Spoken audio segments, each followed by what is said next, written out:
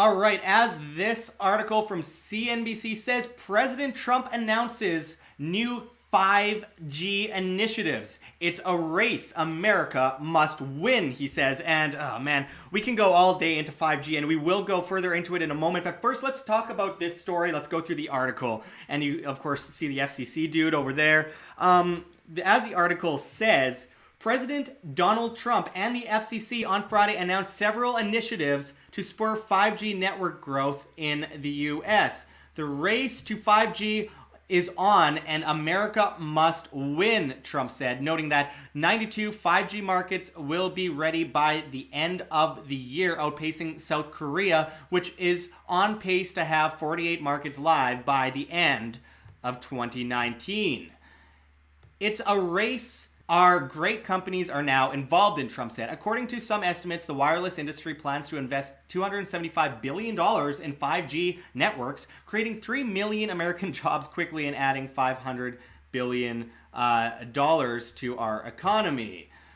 Oh man, 5G is the next generation of wireless network that will enable faster data speeds. Unlike 4G LTE, which mainly targeted mobile phones, tablets, and computers, 5G is also expected to enable more reliable connections on self-driving vehicles that will need a constant data connection and smart cities that use Internet of Things devices such as connected street lamps, traffic lights, and more.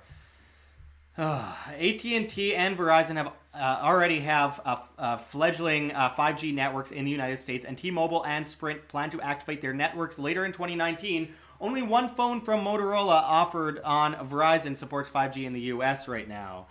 To accelerate and incentivize these investments, my administration is freeing up as many wireless spectrum as needed. I won't go on with that, Trump said. We're removing regularity barriers to the build-out of networks. The FCC is taking very bold action, bolder than they've ever taken before, to make wireless spectrum available. Spectrum is the airwaves networks used to provide internet to devices. Spectrum space is regulated by the FCC. Trump's comments come in tandem with announcements the FCC made Friday. The FCC said that starting on December 10th, it will offer the largest spectrum auction in our nation's history, allow carriers bid on 3,400 megahertz of new spectrum in the upper 37 gigahertz, 39 gigahertz, and 47 gigahertz spectrum bands. The additional spectrum would promote the development of 5G, the Internet of Things, and other advanced spectrum-based services, the FCC said. Additionally, the FCC proposed new rules that allow fixed satellite service operators to provide faster, more advanced services to their customers using 50 gigahertz spectrum. It also said that current rules impair the ability of users to deploy small next-generation networking devices on their own property, particularly in rural areas, and proposed changes that would allow people to install hub and relay antennas on their property to help spur 5G networks. The FCC aims to create a $20.4 billion rural digital opportunity fund to extend high-speed broadband up to 4 million homes and high-speed business in rural America, FCC Chairman Ajit Pai said. Pai also addressed the crackdown on Huawei's equipment for use in 5G networks across the U.S. and Europe. We believe, and I quote, we believe that the security and reliability of 5G is absolutely important, not just as a matter of national competitiveness, but also as a matter of national security, Pai told CNBC's Eamon Javers. I have been very encouraged by my conversations with our European allies all across the continent about the importance of security and 5G networks. The need to have a framework to understand the risk profile of certain equipment and services is something most allies recognize, and it's just a collaborative process of making sure that we have a framework that works for everybody. So let's go into this a bit, because obviously we've talked about 5G a lot here at WHAM, and first of all, before we go into the health and all that kind of stuff and the insinuation of rolling this out on a wide scale, let's talk about how completely inefficient it is. And any telecom person will say, like, the backbone you need, the hubs you need, you have to basically have hubs like in front of every house for this to even be efficient. And this rollout, billions of dollars of stolen funds as well.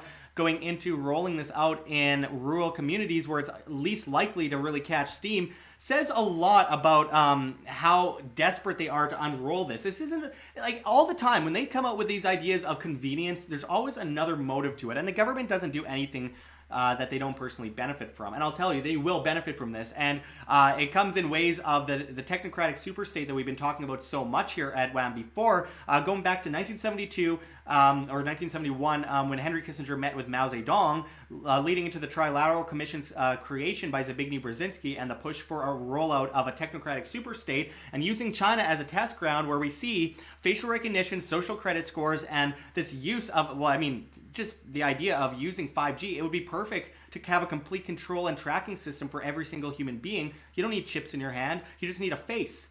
I mean, this is a very, very detrimental to all of our safety and all of our freedoms long term. This basically is giving up serious fundamental abilities to be off the radar, to not be tracked, to have some form of privacy, folks. This is not good. The idea, I'm a fan of automation and self-driving cars to an extent because actually automation does technically, statistically lead to more jobs than it kills jobs overall, and opens up new markets and new innovations and new ideas and new things like what we've seen with like the internet, for example, and cryptocurrency, blockchain, all that.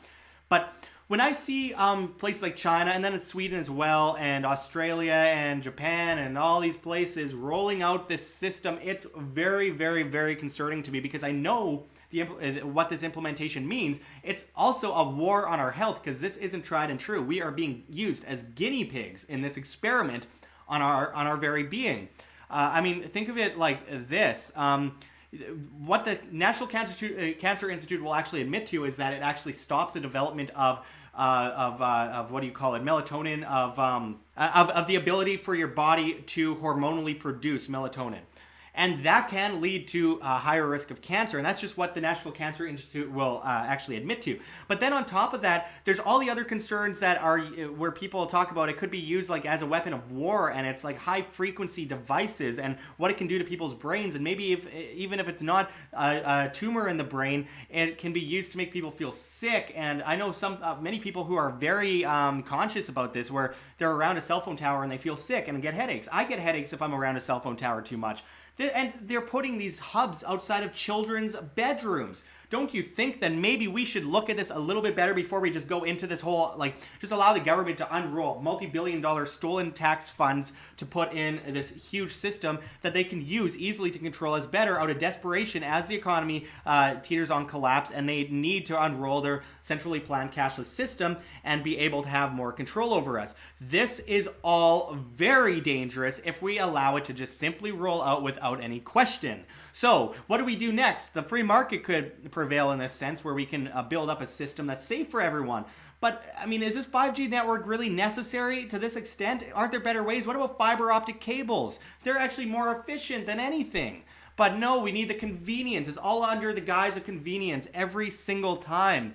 And I'm getting really concerned about how fast they're trying to roll this out. And it seems like it's just a desperation move by them because they know what's coming next. They're being replaced, and they're trying to win the battle, win the race to the finish line, to have control over us before we eradicate them, before we replace them with a system that is based on individual demand and individuals in general, rather than a giant organized crime racket we call government.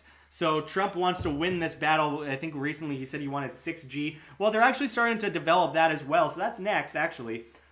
But we got to stand up against this, folks. This is, I'm just thinking about not just me and all, like the rate of cancer rising so dramatically and everything like that, and the control complex and everything, and the inefficiency and the money stolen, but also the children of the future that we're using as guinea pigs in this case. It's so sick. And regardless of what you think about 5G, don't you think there should be better studies done into this? Oh, maybe it's not ionizing radiation of any kind. But does that mean that it's not harmful at all? I don't know. I'm not a scientist, but I'm listening to a lot of scientists that are coming out and saying this is dangerous, and that makes me concerned.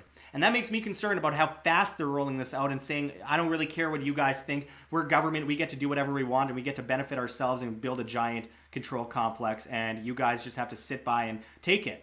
Either way, with collectivism, 51% ruling the 49%, and of that 51% that won because they think their ideas deserve being forced on other people, of that 51%, what, 0.001% of those people get to make those decisions, if that, and then they restrict the rest of us? I wouldn't even agree. Like, I can't tell my neighbor, me, one person versus another person, one person, what to do.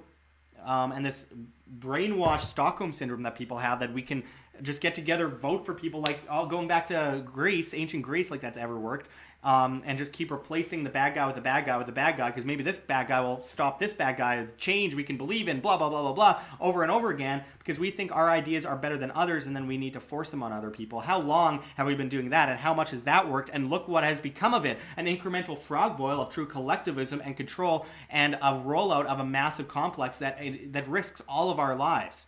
So anyway, I appreciate you guys joining us today, and until next time, this is Josh Sigurdson signing out from World Alternative Media. Find the truth, be the change. Like what you see here, OM? Don't forget to check the links below. GoFundMe, Patreon. We can't do it without you. Any donation is very much appreciated, especially as we are so heavily demonetized and censored by YouTube, as these guys come in and flag all of our content as hate speech. The shadow banning is getting really bad, guys.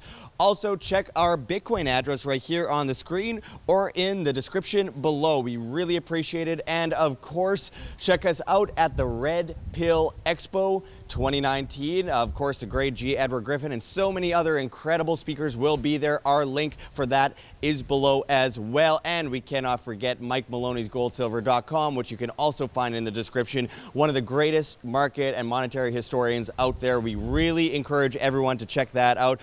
But until next time, this is Josh Sigurdson signing out from World Alternative Media. Find the truth, be the change.